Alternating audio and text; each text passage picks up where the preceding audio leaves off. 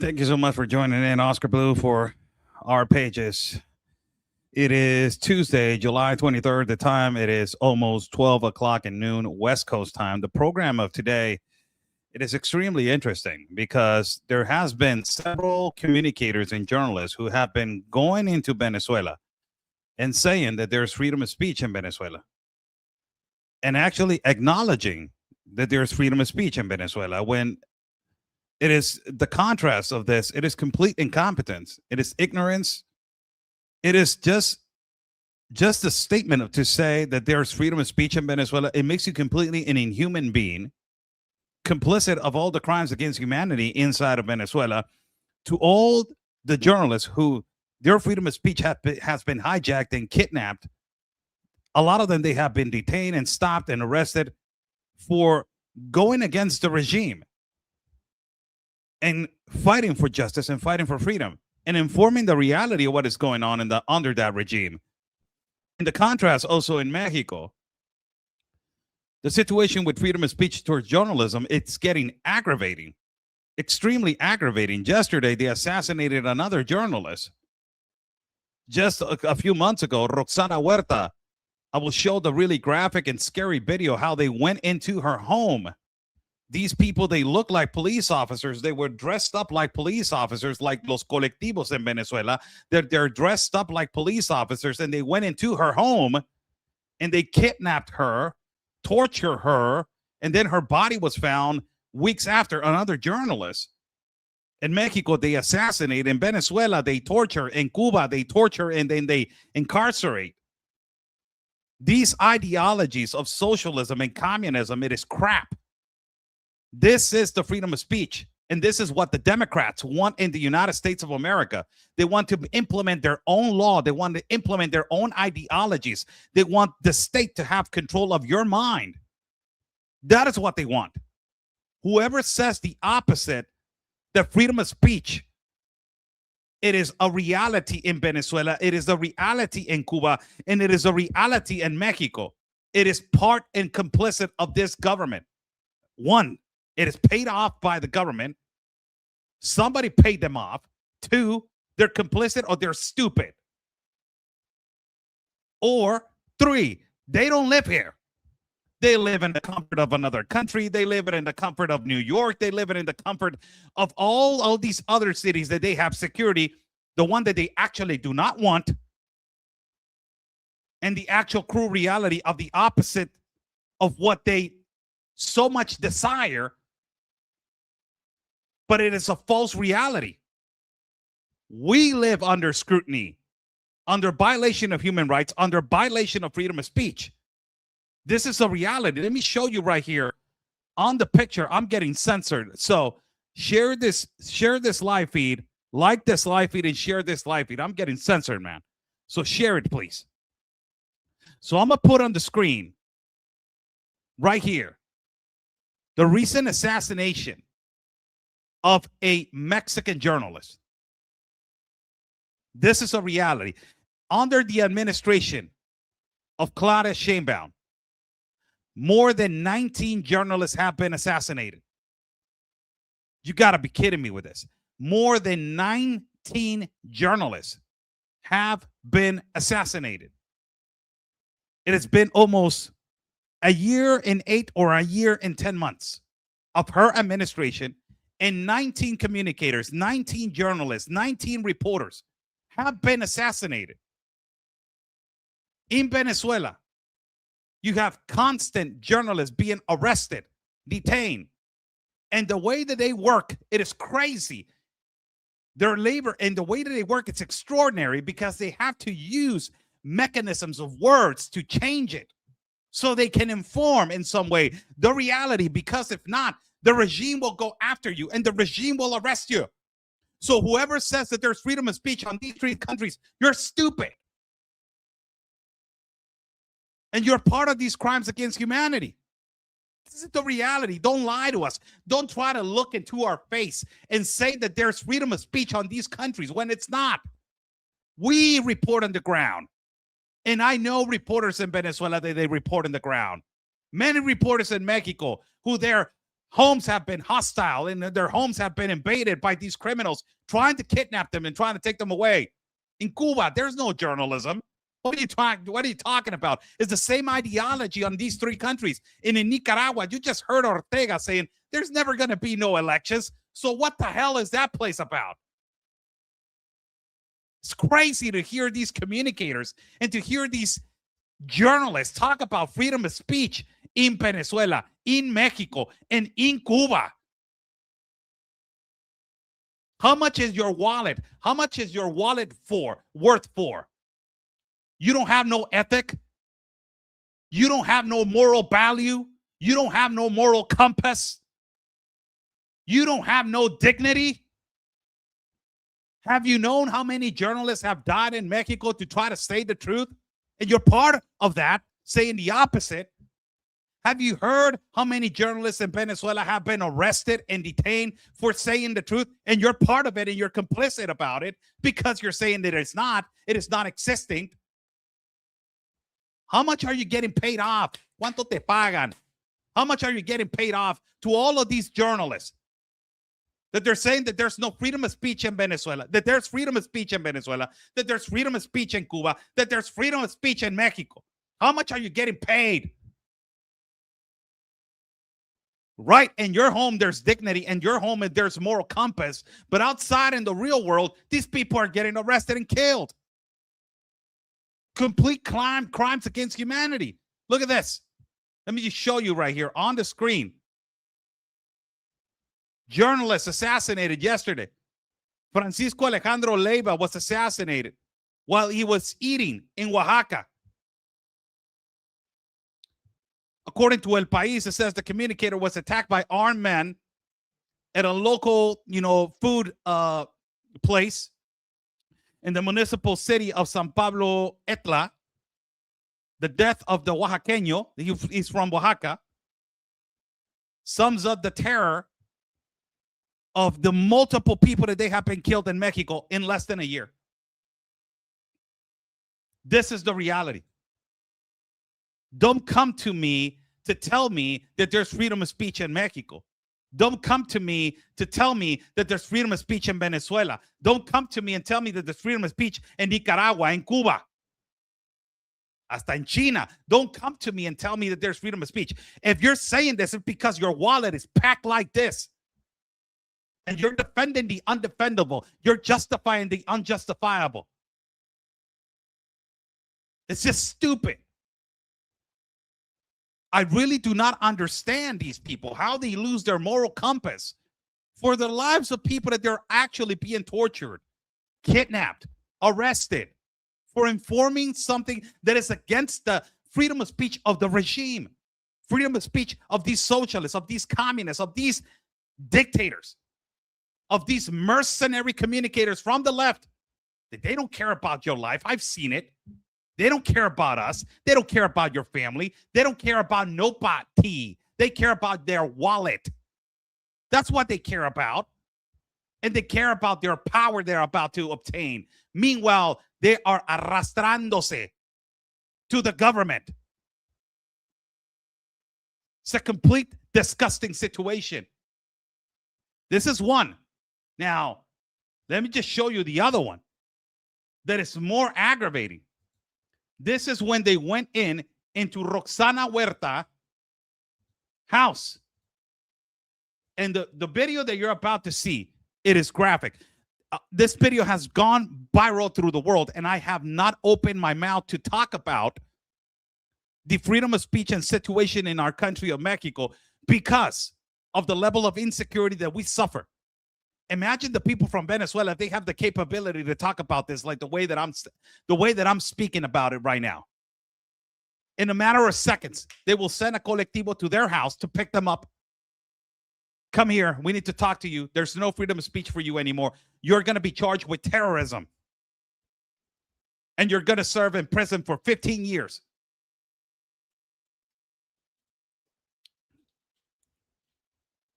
It is unbelievable that people still believe this narratives. Look at this. This is when they went into her home.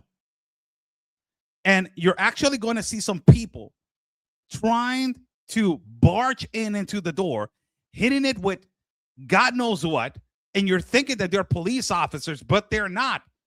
They're people that they're dressed up like police officers, like these colectivos in Venezuela, and they're actually going over there to kidnap the journalist, which later on she was found dead weeks after with torture signs in her body. Do you think the president did something about it? No, the president did not even, Claudia Sheinbaum did not do anything for Carlos Manso, the mayor that he was actually fighting on the floor against the cartel. She did not do anything for him. She hasn't done anything for 19 journalists who have just died and assassinated, and they continue to die. And look how graphic this video is. For God's sake, when I see it, I get like scared. Look at that. They're going after her.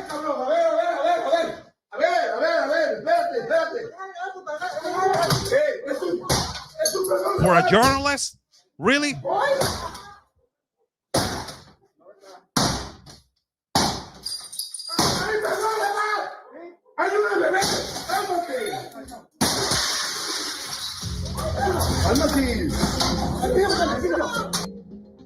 Roxana fue sacada de su vivienda. That's her. Do you imagine the terror on that family? Do you imagine if that family is going to speak? Do you think that that family is ever going to have the courage to say, you know what, I want to talk to the prosecutor. I don't know. I want to talk to the police. I want to inform myself to talking to the police. Do you think that that actually can happen? That happened in Mexico. That actually happened in Mexico. Now, let's just count the numbers and count and just be real with each other. What is happening also in the countries like Venezuela? This is a reality. These are just numbers.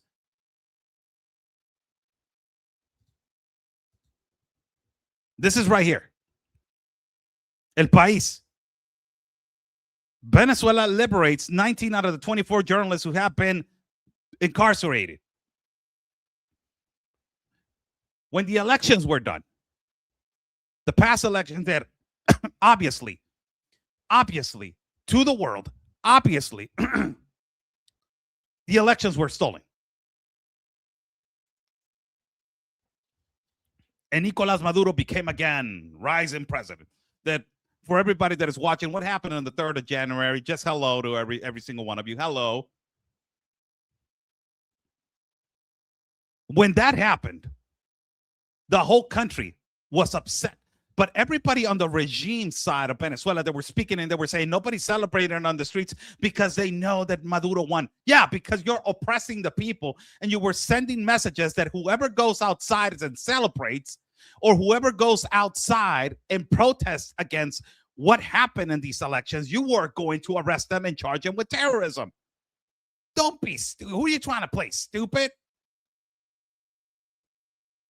And when that happened, multiple journalists were arrested. Multiple journalists were arrested. Several journalists were arrested. Have them been liberated? No. Is there freedom of speech in Venezuela? Absolutely not. And whoever says the opposite is a complete incompetent. Now, I just recently went to cover the earthquake in Venezuela. And this is what happened to me. And I would like to explain this video right here. Right here. I would like to explain this video. So the context of this video, I haven't explained it in English, and possibly in Spanish, I haven't even. But what happened on this video, you see that block behind me, it goes up. You see that street behind me, it goes up. You see that building on the left side, that's where the National Guard of Venezuela is stationed, right there on the left side, right? Now you go up. When you go up is the actual entrance to the palace, the governmental palace where the president, they don't have a president. They have an intern. It is stationed. Now, I try to go in there to do my presentation of the documentary.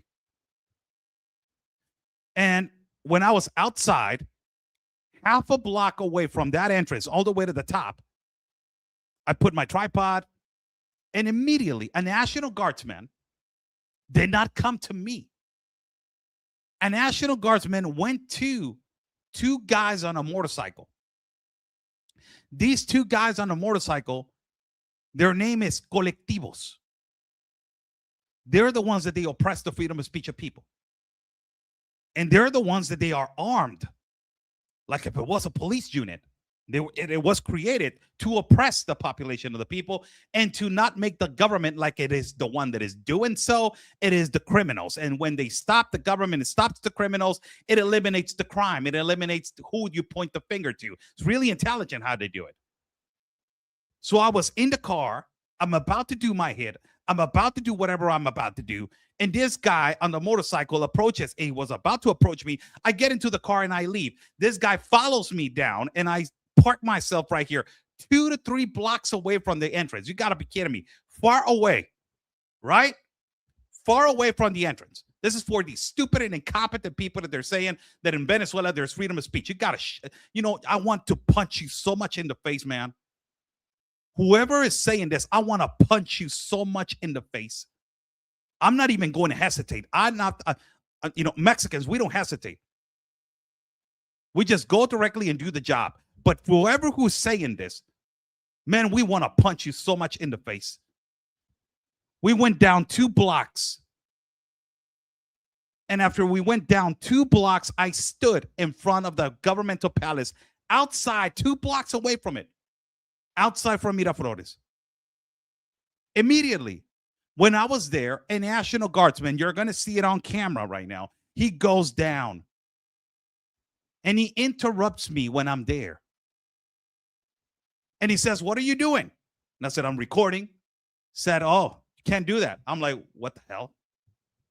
What the hell is going on? Why not?" It's like, "I'm in the street." He says, "No, but it's a security perimeter of the president." I'm like, "Security perimeter of the president?" In my mind, immediately it's like, who's your president? You don't have a president. It got extracted on the 3rd of January. Who is your president? But I'm like, okay. But it's the street. He said, like, okay, you want to continue to record? I'll be back. He went back to his office, right? And then a lady comes down, dressed as a civil, and she confronts me and says, "You can't be recording right here." I said, "Why not? It's a street." Says, "Well, you can't record all the way." She pointed all the way to the subway.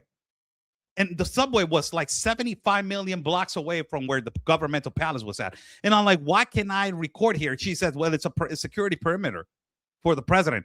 And you see all these, when I posted this video, you see all these stupid and incompetent comments of los chavistas and all these leftist lunatics saying, "Oh, in the White House, go to the White House and try to do that."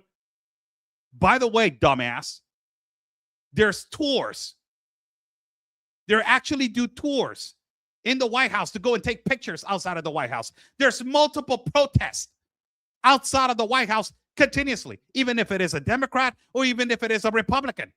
They do multiple protests outside of the White House. You can actually go outside of the White House and take a freaking selfie, and they will not tell you anything. You can actually do a live stream from outside of the White House. What are you talking about? This is the kind of world that these lunatics lefties inside of these countries, they penetrate with this trash into the brain of the citizens, and the citizens believe it because it is the only source of information that is coming into them. This is the reality. So when I was posted there, she actually started telling me, "You cannot record, you cannot record, you cannot." So I asked immediately one really important question, and I said, "Even Venezuelans, they cannot do it?" She said, "Yes. Even the citizens, they cannot take a picture outside of Miraflores." When she said that, I said, boom, I got it on camera. That's your freedom of speech. Whoever says the opposite, it is a paid, incompetent fool. That's what it is. Whoever says the opposite, it is what I just said.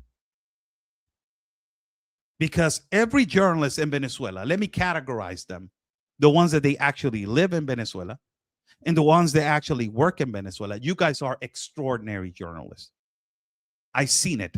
And I have to take my hat off to what you guys do. There are actually like 3 or 4 that is still on the ground in La Guaira, still working. They have to give them an award. They have to give them recognition.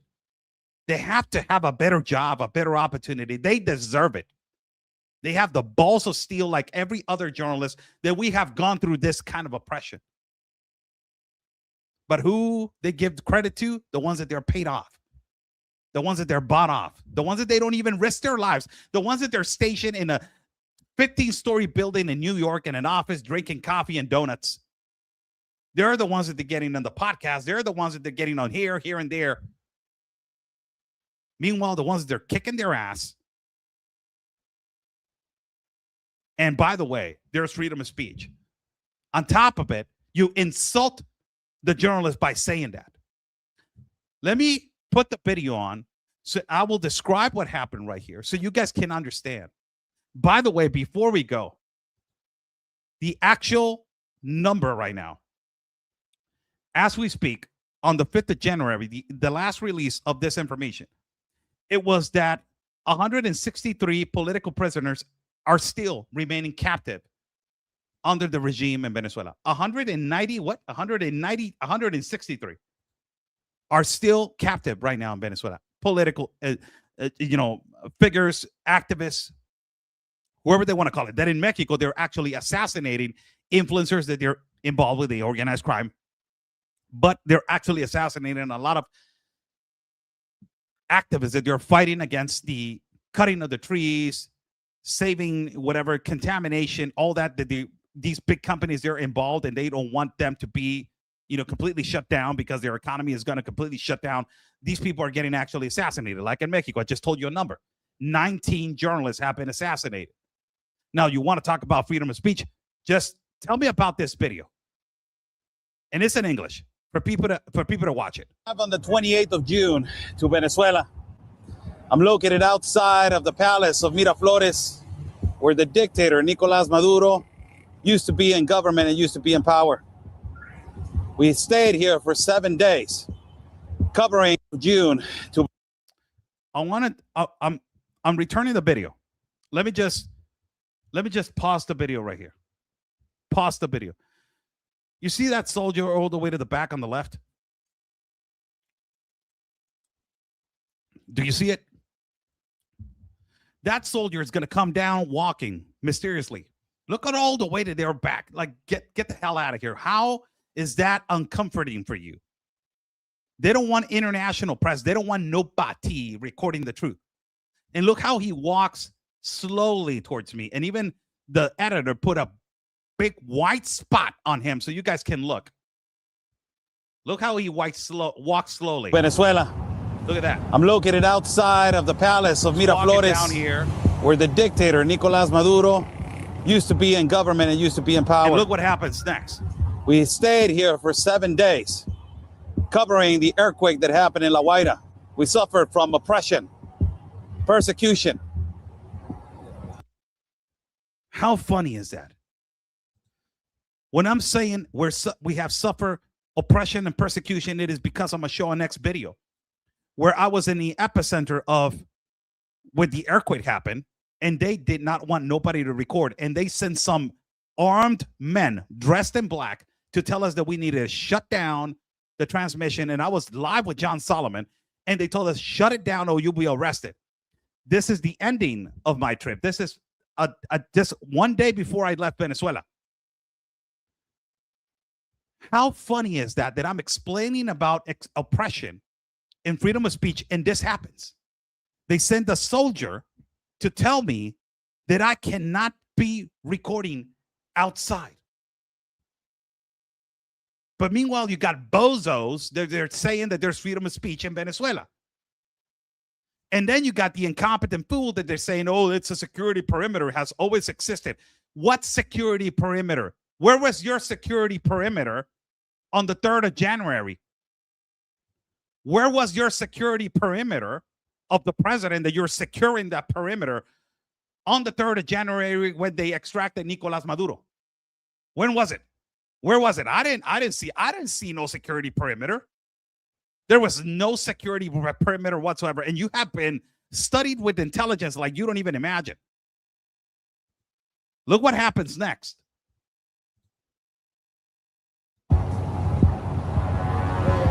Buenos días. I tried to broadcast from Miraflores, and first, a soldier asked me why I was recording. Then an officer from the political police of the Qasim prohibited me from recording in the area and even stated that Venezuelans themselves are not allowed to take photos there.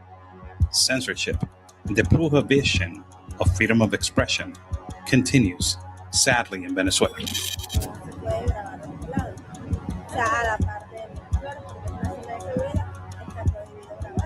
So basically, this lady, it is telling us stop recording. So this lady, let me pause the video right here. This lady came after the soldier. Remember that I told you the soldier said, okay, I'll come back. Don't worry about it. I'll come back. She went away. He went away. And then this lady came from the opposite side of the sidewalk. She crossed the street and came down on the right side where I was standing. She approached me and said, like, what's up with you? What are you doing here? You can't be recording here. And then what I said, it's really important because I was totally amazed. I was in the street. O sea, lo que quiero preguntar es, aunque estemos en la calle, no podemos grabar. Even if I'm in the street, I cannot be recording. Lo que sucede es que ya esta es una área perimetral de la zona de seguridad, presidente. What it happens is that this is a perimeter area for security of the president. Which president? Which president? Independientemente estén en la calle, no deja. It doesn't even matter if you're in the street. Entonces, hasta And said like it doesn't matter if you're in the street, if you're close. This is a perimeter that is secure. And then I asked all the way towards where I can record it, all the way towards where the perimeter of security, quote unquote, ends. permítame. ¿Hasta dónde puede uno grabar aquí en la zona presidencial? Then she goes 75 million blocks away from where even the subway was at, more further than that. She didn't want nobody to be close there. Nobody.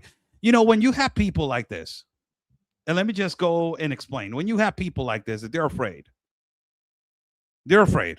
It's simple as that. They are afraid. They're afraid for people to be recording. They're afraid for people to be right there, basically broadcasting the reality. They're afraid of everything. That's the reality, people. They're afraid of everything. They're afraid of people getting exposed. They're afraid of their whereabouts being exposed. They're afraid for everything. But the most crazy thing about it is what I say next. This is the most crazy thing about it. Look what I say. Hacia allá. Pueden grabar, no tenemos ningún. Mientras tanto, no puedo ni tomarme ni una foto ni nada. So I cannot even take a photo. I cannot even take a selfie. I cannot. Afuera del No. Palacio de Presidencia. Even outside of the palace. No. Tomarse una foto. Even taking a photo. Hasta los mismos ciudadanos tomarse foto. Even the citizens, they cannot take a photo. No. Even the citizens, they cannot even take a photo. What the hell is going on? Then you got people going and saying that there's freedom of speech. And you got these lunatics, these lefties, these lunatics that they're unbelievably crazy. They are always going to justify that there's freedom of speech. They're always going to justify that this is because the lies and the continued terrorism and the lies that they're being spread, and that is completely incorrect. And what it has to be said is the reality. And our reality, it is the reality. There's nothing else, that there's no reality. So our reality is the reality that needs to be said. Nobody else, no other reality. Our reality is the reality. That is the rule of law over there. And over here in Mexico, we have a situation that is completely getting out of hand. That is the assassination towards journalists that I just did put two great examples onto you about this freedom of speech and the assassination towards journalists. Now, I want to put on screen what happened later when I was on a hit with Steve Bannon. I was on a hit with Steve Slevsovic. Now, what happened was this. So I was in the ground zero, in a place that they did not want no international press there. So we opened up that gap. We infiltrated ourselves walking over there. We got our cameras, and immediately when we got our cameras, we started seeing all these people dressed up in black with long guns. And I'm like, what the hell is going on here? Steve Slepcevic comes in. He had a rescue group. This guy has been security for Bobby Kennedy. He's an absolute, badass. He's a professional. He comes in. I see him. He says hello. I said, I'm about to do a hit with Bannon. Would you like to be on it? He says, absolutely. He got his crew together on the back behind me. We start. I didn't have a tripod for security reasons. I didn't want to be so bulky and show off to everybody like, what the hell, that's a journalist. So I didn't have no tripod. So I do it with my own hand. And I go on this hit, right? And we're started broadcasting, and the people started gathering because they're American, and they did not expect a whole bunch of people, rescuers from America landing there. Even they had an awful time to get there. They had their visas were neglected. The help, it was just neglected by rescuers.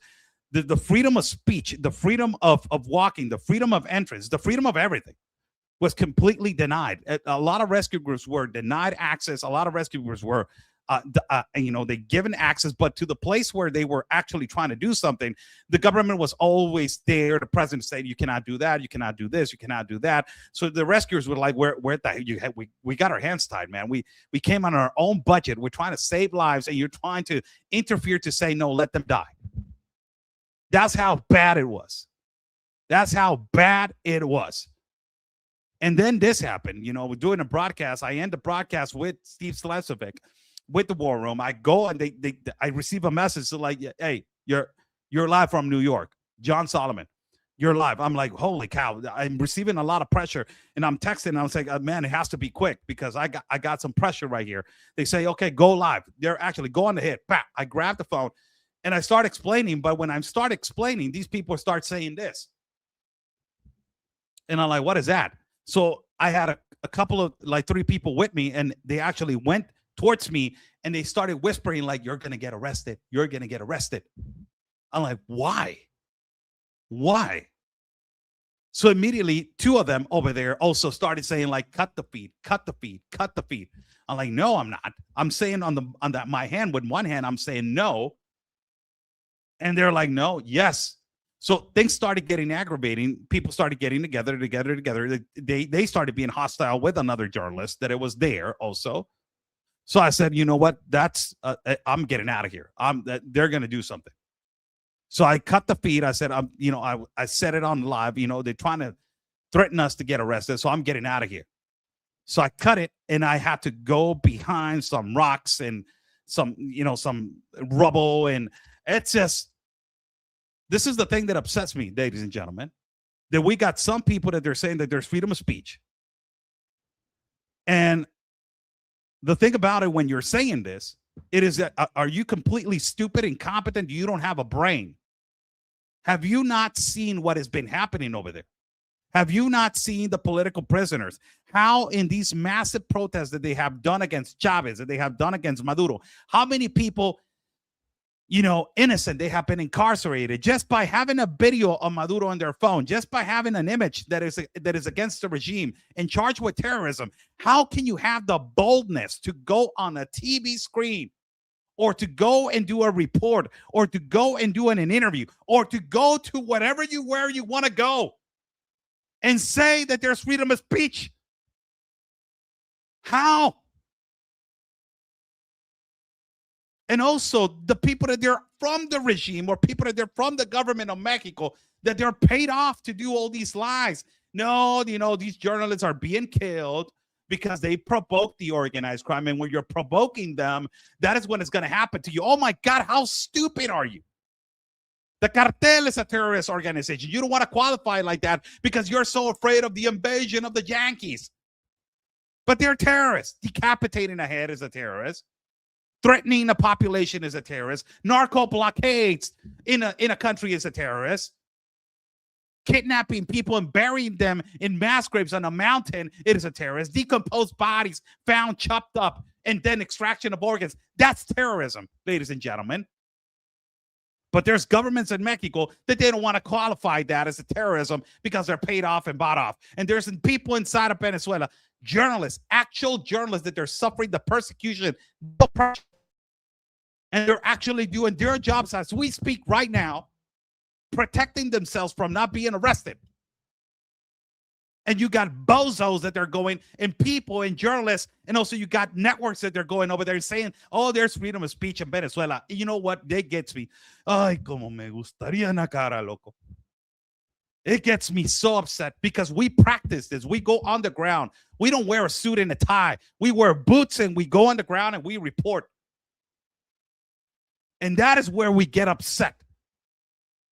Because we're the actual ones that we suffer the consequences from the words of other people. From the consequences of statements of other people. They say, you know what, there's nothing going on over there. You're like, you gotta be kidding me. This guy, holy cow. What the hell? What, you live on what planet, Jupiter? Where are you at? Like, how do I get a taxi to go over there, man? Give me an Uber to go over there. This is what actually happened after what I just explained to you in La Guaira. This actually happened. It's a reality. And I got it all on camera. In a rescue operation in Venezuela, Slexovec told Real America's Voice that visas for him and his team were initially denied, and they had to seek the assistance of Secretary Marco Rubio in order to obtain them. He also stated on War Room that the collapse of the Caribe building in La Guaira, a government housing building constructed during Hugo Chavez's administration, was caused by a lack of steel reinforcement in its structure. So obviously the way these buildings are built, the steel's not there, unreinforced masonry foam that they built really poorly. And so with this type of earthquake, everything gets exposed engineering wise.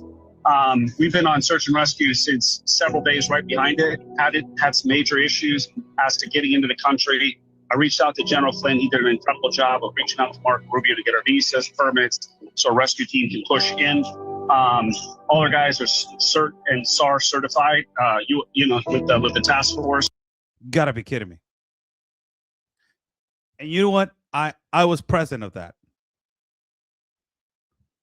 A lot of rescue groups, they were oppressed like this. The rescue group from Mexico, rescue group from El Salvador, rescue groups from everybody. They were oppressed like this.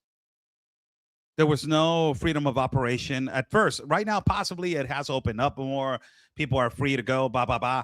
Even I was watching the rescue yesterday. Apparently, 2 people were still alive after a month. That is a miracle of God, if that was actually a legitimate situation which is happening. I don't know how it has been resolved yet or how the news that is evolving. But the only thing that I can tell you is that I didn't see no military there. What I saw is just the people, civilians, pushing, grabbing, holding with, it's so inhuman, man. These are crimes against humanity. They're actually being recorded. And the thing that it really gets me, not even emotional, it gets me upset. It is the lack of accountability. It's like what Alejandro Mayorkas did in the Darien Gap and did all over this, opening up the borders and giving the power to the organized crime and the cartel to just massively inflate every border and take advantage of the vulnerabilities of people migrating and exploiting them and making millions and millions of dollars out of just federal grants of the United States of America given out to these NGOs and making a profit out of human misery. It is exactly like that. These people are doing exactly that. So it's the lack of accountability, which gets me as a journalist. At the end of the day, you go down the rabbit hole and you're like, okay, here's the evidence, but where's the accountability?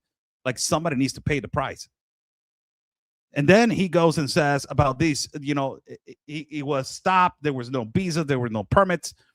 All of these dudes that they're behind here, right here. And that's just for the white liberal that is in the United States of America. That's Black American. And he's an incredible dude. He lives in San Diego, California.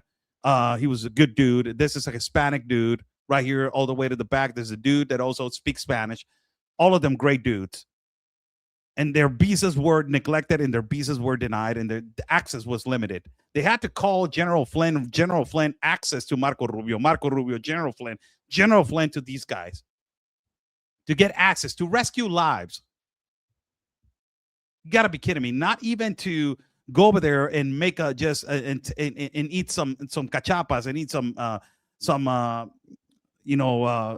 whatever the food. They didn't go over there to do that. They went over there to rescue people, and they were oppressed. And right now we're on a developing one that we've been on for the last 2 days. There's a supermarket, multi-story, and it collapsed on top of that supermarket. And from the last confirmed information we got, there's 13 people that are trapped in that building. Later, I was able to make contact with John Solomon. And while we were broadcasting live from Residencias Caribe, we had to cut the feed because we were threatened by Venezuela's DGCIM with arrest if we did not leave. Guys, this is the epicenter where thousands are still, as you see this collapsed building right here behind me, it is just completely in shambles. All the way to the back right here, it is another building that is collapsed. We are in the white eye, in the epicenter, in the heart where this happened. No international press has gotten in here, and we have some hostility right now. We have the intelligence military from Venezuela trying to tell us that we need to turn off our transmission. They're telling us to go right now for security reasons, because if not, we are going to be arrested. They are now trying to be hostile to one of the local networks right now. They're trying to tell them to stop informing the reality. This is what we do. There's thousands that are still stuck here, thousands that are trapped, thousands of lives that they have been lost. They need machinery, they need equipment. American rescuers have come over here. Also, the American military has arrived, and we need to leave. They're telling me that we need to leave right now. We need to leave. We need to leave. If I'm not, we're going to get arrested. Okay, thank you so much, guys. That was a reality. That was no, and my work can provide the facts. I almost got killed and kidnapped in Guatemala. We got into a gunfight in Panama, in the Darien Gap with the Clan del Golfo. We have been in several occasions of danger. Missiles landing us in Lebanon. Missiles landing us and drones landing on us on close to Gaza. Firefight in Ukraine and in Russia. You know, we don't make this up. I don't make this up. Persecution of cartel in Mexico. This is the reality. And, you know, lastly, before we end the show, I would just like to address this.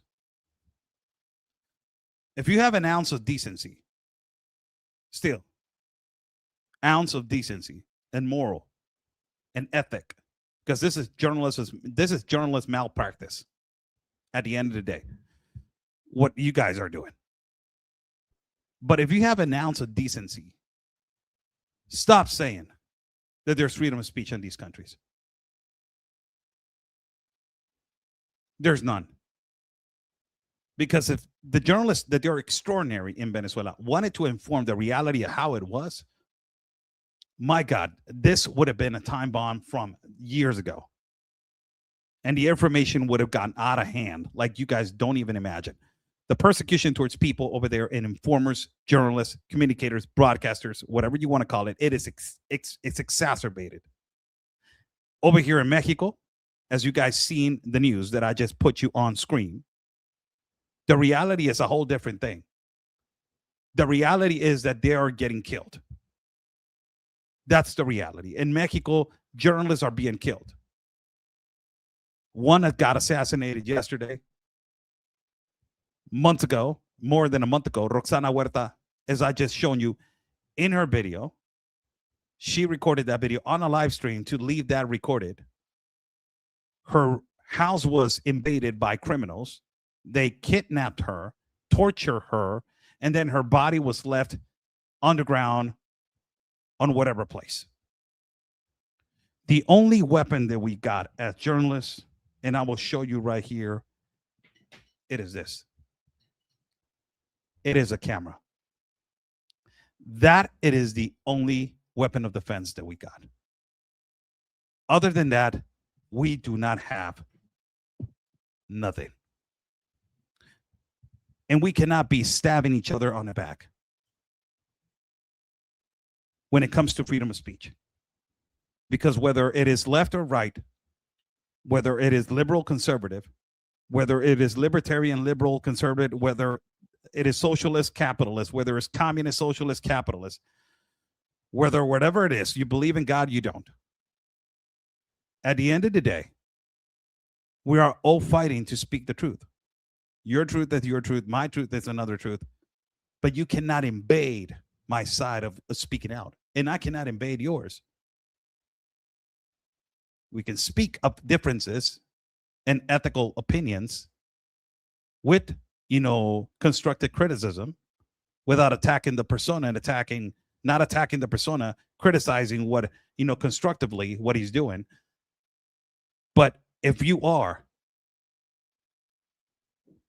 blocking the information from saying the reality of what is going on inside of Venezuela, inside of Cuba, inside of Nicaragua, and inside of Mexico, to say that there's freedom of speech everywhere of these countries, Mexico is number 3 in the world for assassination towards journalists. How are you going to dare yourself to come on the screen and say that there's freedom of speech? That is the reality. I'm Oscar Blue. For my pages, Oscar Blue. You can follow me on social media. On Instagram, Oscar Blue Ramirez. My webpage, Oscar Blue Noticias.